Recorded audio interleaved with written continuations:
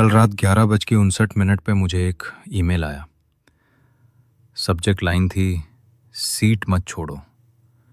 Mail खोलते ही पहली line थी, मैं एक ही सीट पे बैठा हूँ, पर हर बार मेरी आंख अलग सीट पर खुल रही है। बाहर एक ही रोड रिपीट हो रही है, बस रुकती ही नहीं। हर बार टिकट का नंबर बदलता है और मेरे शरीर पे वही नंबर जलकर निशान बन जाता है। दोस्तों, यहां तक सब अजीब था, लेकिन ये नॉर्मल नहीं था, बिल्कुल भी नहीं। पर फिर उसने एक लाइन लिखी, यहां सब लोग सो रहे हैं, पर जैसे ही मैं किसी को जगाता हूं, वो मेरी जगह बैठ जाता है। मैं यहां रुक गया। सच बोलूं तो मैंने स्क्रीन से नजर हटा ली। कमरा बिल्कुल साइलेंट था, इतना साइलेंट कि मुझे अपनी खुद की सांस भी ज्यादा लाउड लग रही थी।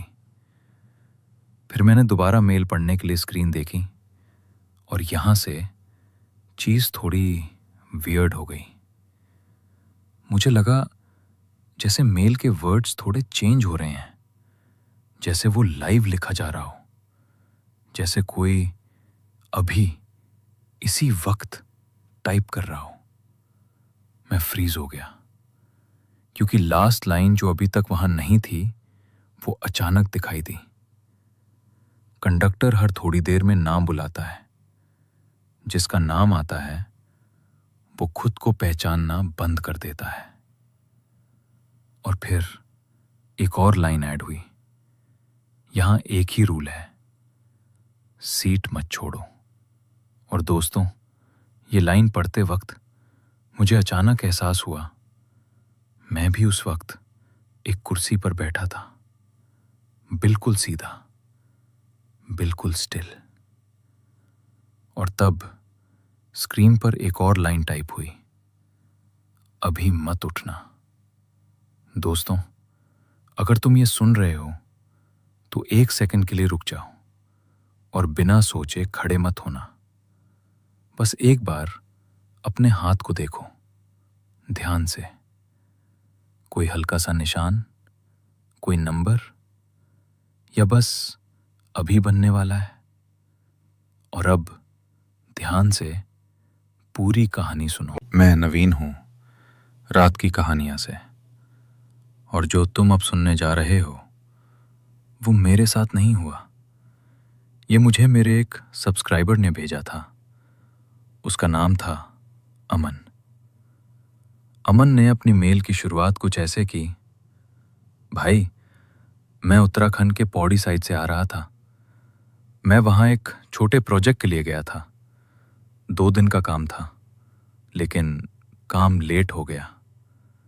रात हो चुकी थी और मुझे किसी भी हाल में वापस श्रीनगर पहुंचना था, क्योंकि नेक्स्ट सुबह मेरी जॉब का इंटरव्यू था। और अगर मैं वो मिस करता तो शायद सब खत्म हो जाता। वहां नेटवर्क भी प्रॉपर्ली नहीं आता, कोई होटल भी ओपन नहीं था, और लोकल लोगों ने बोला, भाई, अब सिर्फ एक ही बस आएगी, रात की आखिरी बस। मैं रोड पर अकेला खड़ा था, पहाड़ों के बीच, ठंडी हवा और बिल्कुल साइलेंस। दूर से बस की लाइट दिखी। मैंने हाथ दिया, बस स्लो हुई, पर रुकी नहीं। वो सीधा मेरे सामने से गुजरी और मैं बस देखता रह गया। उस मोमेंट पर मैंने अंदर ही अंदर उस ड्राइवर को बहुत गाली दी। इतनी रात में पहाड़ों के बीच एक अकेला बंदा खड़ा है और वो रुकने की जगह सीधा निकल गया। मुझे गुस्सा भी आ रहा था और थोड़ा डर भी, क्योंकि अब सच में वहां मेरे अलावा कोई नहीं था। मैं चढ़ नहीं पाया। उसके बाद पता नहीं कैसे मेरी आंख बंद हो गई, जैसे मैंने पता नहीं कितना नशा कर लिया हो। पर प्रॉब्लम यह है, अगला मोमेंट मुझे याद ही नहीं। बस जब मेरी आंख खुली, मैं उसी बस के अंदर था, सीट नंबर 17 पर। भाई, मैं बस में चढ़ा ही नहीं था, फिर भी मैं अंदर था। बस के अंदर एक अजीब सा साइलेंस था, ना इंजन की आवाज, ना लोगों की बातचीत, सिर्फ सांस लेने की हल्की सी आवाज, जैसे कोई बहुत सारे लोग एक साथ धीरे धीरे सांस ले रहे हों। लाइट डिम थी, पीली, फ्लिकरिंग, और हर सीट पर कोई बैठा था, सर झुका हुआ, बिल्कुल स्टिल, जैसे सब सो रहे हों या शायद इंतजार कर रहे हों। अमन लिखता है, मैं हिलने की कोशिश की, पर मेरी बॉडी हैवी थी, जैसे किसी ने मुझे सीट से चिपका दिया हो। और फिर धुप धुप। भाई, ये आवाज बस के नीचे से आ रही थी, जैसे कोई चल रहा हो अंदर, बस के अंदर, लेकिन नीचे। मैंने अपनी टिकट देखी, उस पर लिखा था सीट 30, लेकिन मैं बैठा था सीट 17 पर। पहले मुझे लगा गलती है, पर फिर मैंने अपना हाथ देखा, वहां एक निशान था, जल कर बना हुआ, फ्रेश, जैसे अभी बना हो। तभी किसी ने धीरे से मेरा नाम लिया, अमन। भाई, वो आवाज मेरे पीछे से आई थी, बिल्कुल पास से, पर जब मैंने मुड़ के देखा, वहां कोई नहीं था। फिर पता नहीं कब कंडक्टर मेरे पीछे खड़ा था, लंबा, पतला, और उसका चेहरा क्लियर नहीं था, जैसे ब्लर। उसने सिर्फ एक लाइन बोली, टिकट मत फाड़ना, वरना तुम्हें कोई याद नहीं रखेगा। और दोस्तों, यहां से कहानी और डार्क होने वाली है। अमन ने आगे लिखा, मैं समझने की कोशिश कर रहा था कि यह सब क्या हो रहा है, पर जितना समझने की कोशिश करता, उतना ही सब अजीब लगने लगता। बस के अंदर सब लोग बिल्कुल चुप थे, कोई हिल नहीं रहा था, कोई बात नहीं कर रहा था, सिर्फ सांस की आवाज, स्लो, एक रिदम में, जैसे सब एक साथ सांस ले रहे हों। मैंने सोचा किसी को जगाऊं, शायद कोई मुझे बताए कि यह सब क्या हो रहा है। मेरे सामने एक आदमी बैठा था, सिर झुका हुआ, बिल्कुल स्टिल। मैंने धीरे से उसका शोल्डर हिला दिया। भाई, जो नेक्स्ट हुआ वो गलत था। उसने आंख खोली, सीधा मुझे देखा।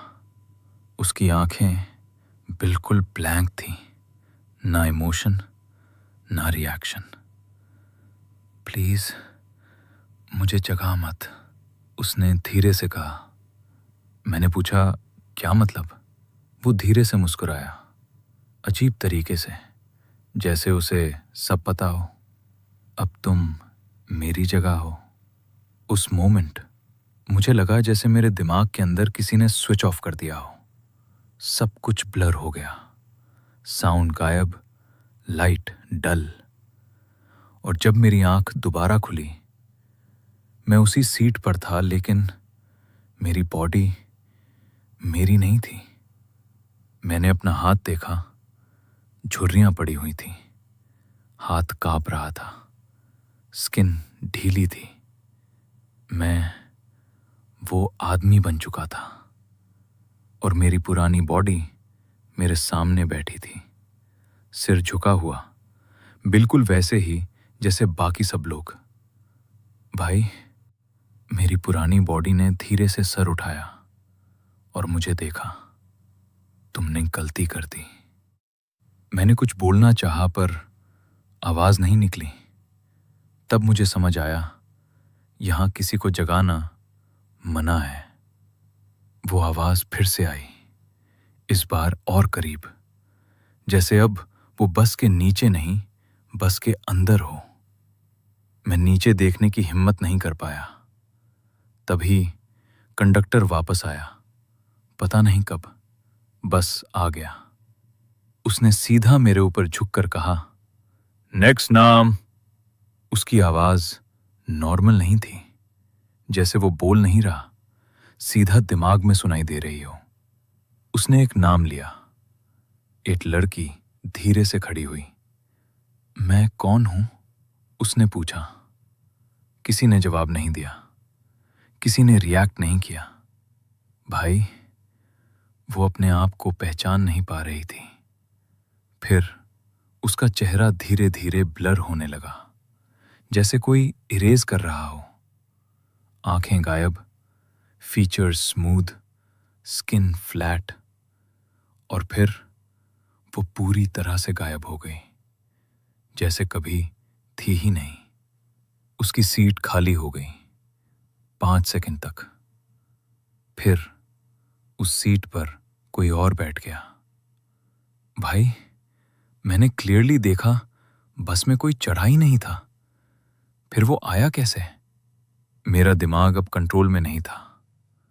और तब मेरे कान के पास किसी ने धीरे से फिर कहा, हाँ, सीट मत छोड़ो। अमन ने आगे लिखा, उस मोमेंट के बाद मुझे समझ नहीं आ रहा था कि मैं कौन हूं, या मैं पहले कौन था। मैं अपनी ही पुरानी बॉडी को देख रहा था, पर वो अब मैं नहीं था। भाई, सब कुछ गलत हो रहा था। मैंने अपना फोन निकाला। हाँ, मेरे पास फोन था, पर मुझे याद नहीं कि वो मेरे पास कब आया। स्क्रीन ऑन की, सिग्नल फुल था, नेटवर्क भी। मैंने तुरंत कॉल लगाने की कोशिश की, पर कॉल लग ही नहीं रही थी। जैसे फोन काम कर रहा हो, पर असल में कुछ कनेक्ट नहीं हो रहा। मैंने गैलरी खोली और यहां मेरी सांस रुक गई। गैलरी में सिर्फ फोटोज थीं। इस बस के अंदर की हर सीट, हर एंगल, हर इंसान, जैसे किसी ने पूरी बस का रिकॉर्ड बना रखा हो। पर सबसे अजीब बात, हर फोटो में मैं था, अलग अलग सीट्स पर, अलग अलग जगह, पर चेहरा मेरा ही था। भाई, मैंने ये फोटोज कभी नहीं ली, फिर ये आए कैसे? मेरा दिमाग घूम रहा था। मैंने लास्ट फोटो ओपन की। उस फोटो में मैं ड्राइवर के पास खड़ा था। ड्राइवर सीट पर कोई बैठा था, लेकिन रियर व्यू मिरर में ड्राइवर की सीट खाली थी। मैं फ्रीज हो गया। भाई, मैंने तुरंत सामने देखा। ड्राइवर वहां था, पर मिरर में नहीं। जैसे वो रियल नहीं था, या फिर मिरर सच दिखा रहा था। मैंने तुरंत आंख हटा ली, और तब किसी ने मेरे कान के पास धीरे से कहा, मत देख। मैं झटके से मुड़ा।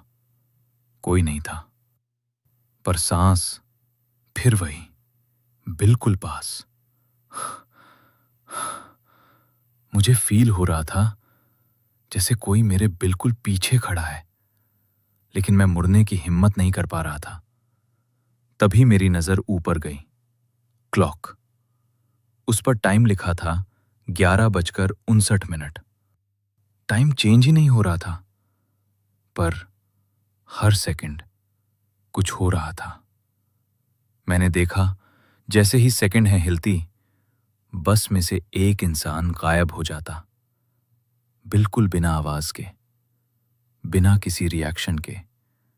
किसी को फर्क ही नहीं पड़ रहा था, जैसे वो कभी था ही नहीं। मैं पैनिक होने लगा। मैंने सीट से उठने की कोशिश की।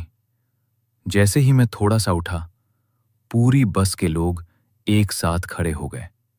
सबने एक साथ मेरी तरफ देखा। उनकी आंखें पूरी काली थीं, बिल्कुल ब्लैक।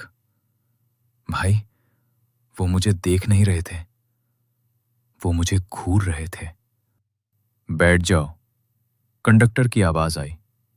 पता नहीं कब वो मेरे पास खड़ा था। तुम्हें अभी उतरना अलाउड नहीं है। मैंने हिम्मत करके पूछा। मैं चढ़ा कब? फिर वो धीरे से मुस्कुराया। प्रूव करो, अमन ने आगे लिखा। उसके बाद सब कुछ और फास्ट होने लगा, जैसे बस को जल्दी हो पर पता नहीं कहाँ पहुंचना है। मैंने फिर से खिड़की के बाहर देखने की कोशिश की। भाई, वही रोड, वही पेड़, वही लाइट। हर बार जैसे बस चल ही नहीं रही, सिर्फ रिपीट हो रही हो। मुझे लगने लगा शायद हम आगे बढ़ ही नहीं रहे, सिर्फ अंदर के लोग बदल रहे हैं। मेरी सांस तेज हो रही थी। मैंने फिर से उठने की कोशिश की। इस बार मैंने सीट पकड़ के खुद को जोर से उठाया और जैसे ही मैं खड़ा हुआ, पूरी बस के लोग फिर से एक साथ खड़े हो गए। इस बार वो सिर्फ देख नहीं रहे थे, वो धीरे धीरे मेरे करीब आ रहे थे। उनके स्टेप्स की आवाज नहीं आ रही थी, बस वो पास आ रहे थे। मुझे लग रहा था अगर ये मुझे टच कर गए तो मैं तुरंत वापस बैठ गया। जैसे ही मैं बैठा, सब लोग वापस अपनी सीट पर बैठ गए, बिल्कुल एक साथ, जैसे कुछ हुआ ही नहीं। भाई, तब मुझे समझ आया, सीट मत छोड़ो सिर्फ एक लाइन नहीं है, रूल है। और फिर अचानक बस की एक खिड़की खुल गई, आवाज के बिना। बाहर कुछ नहीं था, सिर्फ अंधेरा, पूरी तरह काला। पर वो अंधेरा स्टैटिक नहीं था, वो मूव कर रहा था, जैसे धुआं नहीं, जैसे कोई चीज हो। और धीरे धीरे वो अंधेरा अंदर आने लगा। मैंने देखा जहां वो अंधेरा टच करता, वहां का इंसान धीरे धीरे गायब होने लगता, जैसे डिसॉल्व, जैसे कभी था ही नहीं। मैंने चिल्लाने की कोशिश की पर आवाज ही नहीं निकली। भाई, उस मोमेंट पर मुझे रियलाइज हुआ कि मैं खुद भी आवाज नहीं निकाल पा रहा, जैसे मेरी आवाज गायब हो गई हो। और फिर अचानक सब कुछ वापस आ गया। सांस की आवाज, हल्की हल्की हरकतें, और तब पहली बार मुझे सबकी आवाज सुनाई दी। सब लोग बोल रहे थे एक साथ, सीट मत छोड़ो, सीट मत छोड़ो, सीट मत छोड़ो। पर एक और आवाज थी, अलग, मेरे बिल्कुल पास, पीछे मत देखना। हाँ, मुझे फील हुआ जैसे कोई मेरे बिल्कुल पीछे खड़ा है। उसकी सांस मेरी गर्दन को टच कर रही थी, पर मैं मुड़ा नहीं, मैं मुड़ नहीं पाया। और फिर मेरे हाथ में पकड़ी टिकट गर्म होने लगी। मैंने नीचे देखा, नंबर चेंज हो रहा था। 17, 18, 19, हर सेकंड एक नया नंबर, और मेरे शरीर पर वही नंबर जलकर बनने लगा। भाई, मैं फील कर रहा था जैसे स्किन जल रही हो, पर मैं हिल नहीं पा रहा था। और तब क्लॉक ने मूव किया। 12 बजने में बस एक पल, पूरी बस एक साथ रुक गई। सब लोग एक साथ मेरी तरफ मुड़ गए और एक साथ बोले, अब तुम्हारी बारी है। अमन ने आगे लिखा। उस मोमेंट जब सबने एक साथ बोला, अब तुम्हारी बारी है, उसके बाद सब कुछ रुक गया। मैं एकदम शॉक हो गया, समझ ही नहीं आया कि अचानक क्या हो गया। फिर मैंने घड़ी देखी, 12 बज चुके थे। मैं वापस अपनी सीट पर था, सीट नंबर 17। बस नॉर्मल चल रही थी, लोग बैठे थे, कुछ लोग बात भी कर रहे थे, जैसे कुछ हुआ ही नहीं। भाई, मुझे लगा शायद मैं बच गया। मैंने धीरे से खिड़की के बाहर देखा। रोड चेंज हो चुकी थी, अब रिपीट नहीं हो रही थी। मैंने हिम्मत करके उठने की कोशिश की। इस बार कोई खड़ा नहीं हुआ, किसी ने मुझे देखा भी नहीं।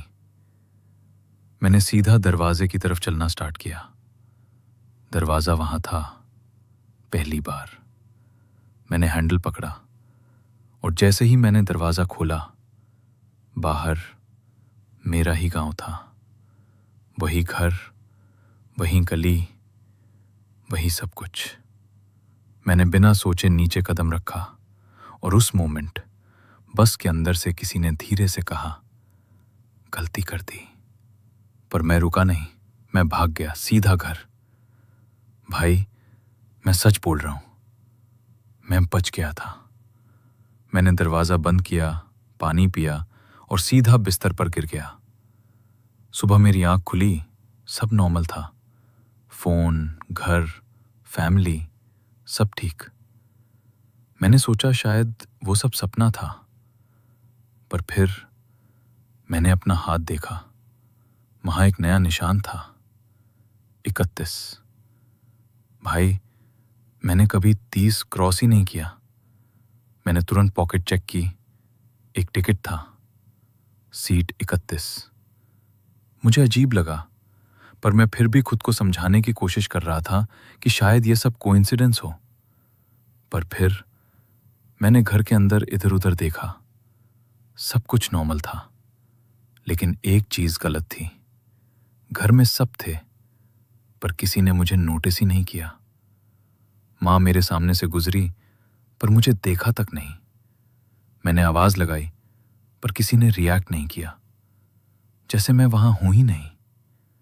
भाई, तब मेरे दिमाग में क्लिक हुआ, मैं बाहर आया ही नहीं हूं। मैं अभी भी उसी सिस्टम का पार्ट हूं, बस लेवल चेंज हो गया है। ये बस छोड़ती नहीं है, सिर्फ डिले करती है। जो उतरते हैं वो बाहर नहीं जाते, सिर्फ नेक्स्ट टर्न के लिए शिफ्ट हो जाते हैं। भाई, अगर तू ये पढ़ रहा है तो एक बात याद रख, जब तेरा नंबर आए तो उतरना मत। गलती मैंने की थी। दरवाजा एग्जिस्ट ही नहीं करता, वो सिर्फ दिखाया जाता है। सिस्टम टेस्ट करता है कौन उतरता है। जो उतरता है वो वापस आता है, पर अलग नंबर के साथ। सीट मत छोड़ो, ये रूल नहीं है, ये बचने का लास्ट तरीका है।